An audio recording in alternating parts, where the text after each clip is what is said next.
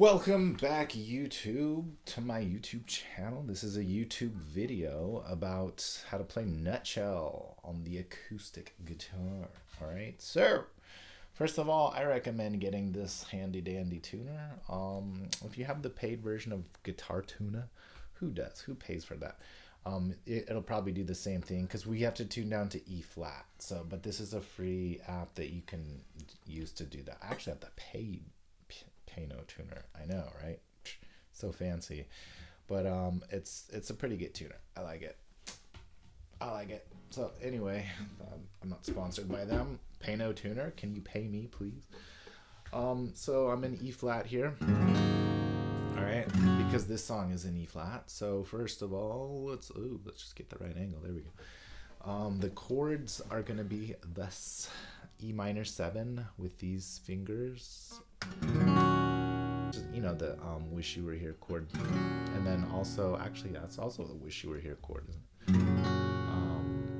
G, 4-finger G, and then we have a D chord. Oh yeah, and we have a C add 9, aka CAD 9. A lot of people like to call this CAD 9. C add 9 is the official name. Oh, there's also a C major 7. You just lift this finger. Ooh, get that angle. There you go.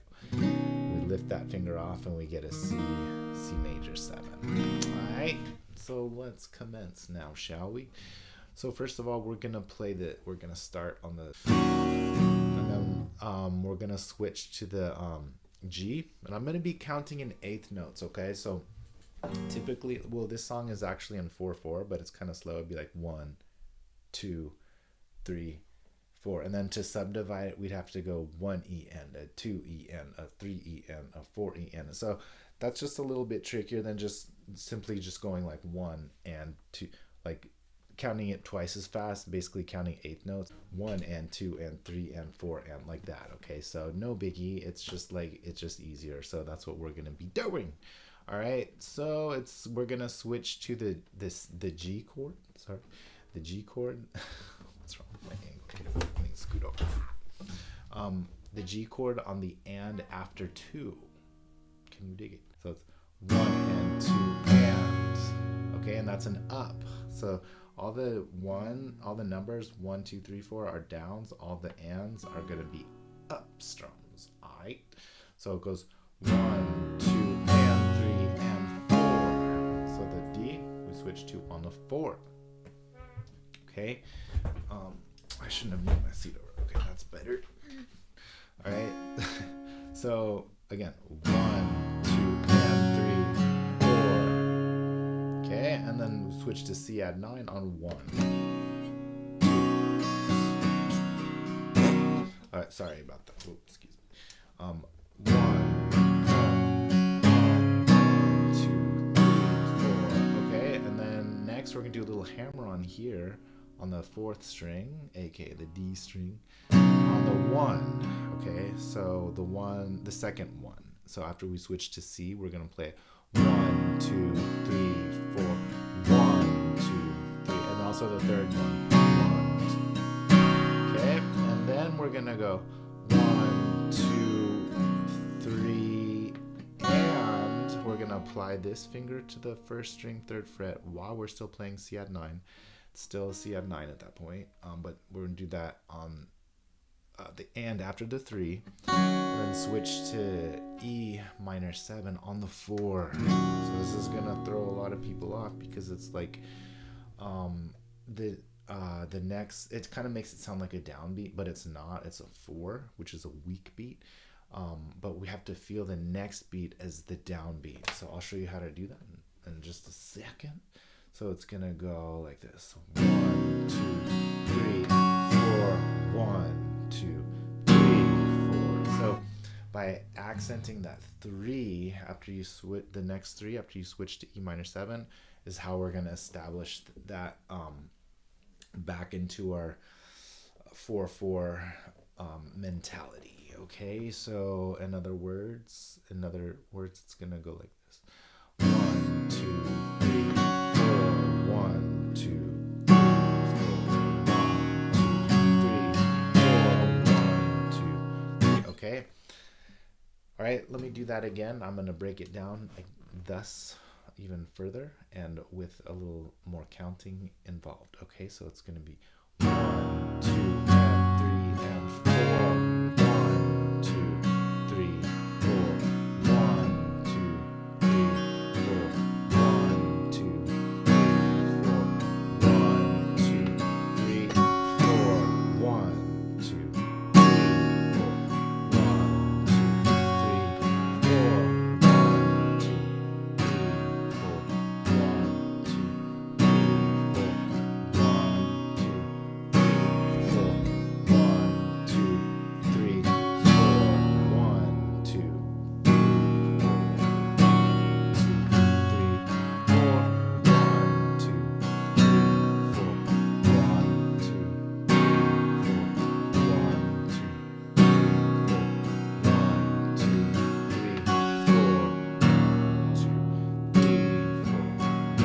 Okay, that time I actually did give it a hefty strum on the 1.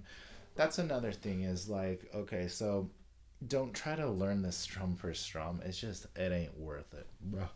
The juice ain't worth the squeeze because you see, if you listen to the song, hardly ever does he ever repeat the same thing. Like it's like each time he plays it, it's slightly different. There's like an extra strum, there's missing a strum, there's an accent in a different place. Pulls, just like it's done by feel, not by regimented pattern that you stick with the whole thing. Okay, so it's more important. That's why I'm counting. That's why this is more important that you get the count down, and then you apply all the right little things, nuances at the right places, or the chord changes at least.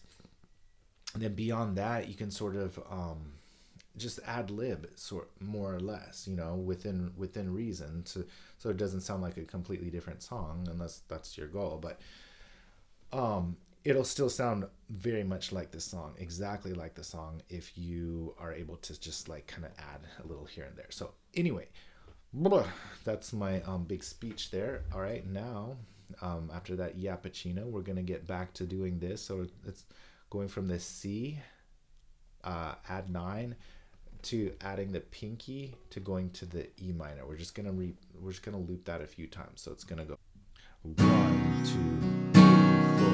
1, 2, 3, 4.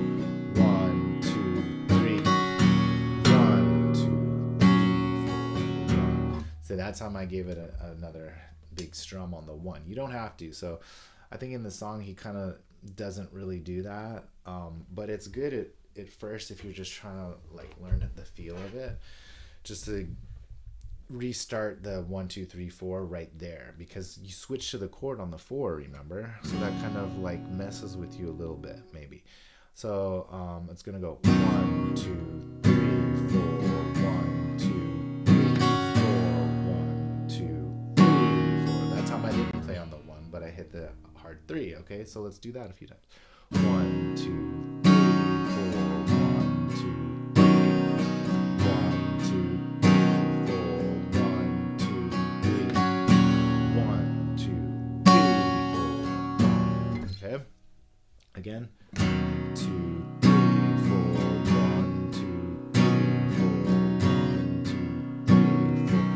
1, 2, 3, 4. 1, 2, 3, 4. Okay. See, and maybe you noticed that time I did a light little strum on 2, but I made sure to come down heavy on the 3, because again, that's a strong beat and that helps reestablish us in 4/4. Okay. Okay, one more other little thing. That's pretty much like, these are like the main chords in the whole song. There's one other little thing he does where he goes actually to the C major 7. So I'm gonna show you how to do that. Count wise is gonna be like this: 1, 2, 3, 4.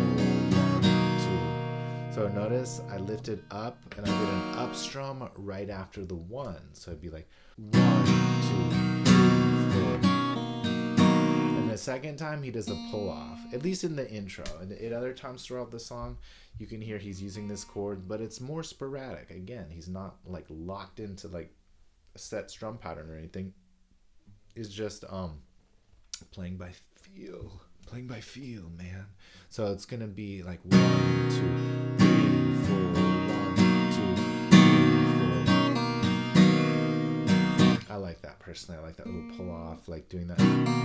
So he kind of does that on an up strum, like puts it back down on an up strum, does a pull off, instead of strumming down like that, just pull. So it does like a pull up strum, a pull off, does another up strum. Okay, this is getting really detailed. You don't have to be this detailed, but just in case you want to be like really like accurate or something, at least have the intro sound like really accurate. That's what he does. Okay, so this would be like the 4th time through. From the very beginning, this is the 4th time through he does this. So I'll just play it like I'm doing the 4th time through.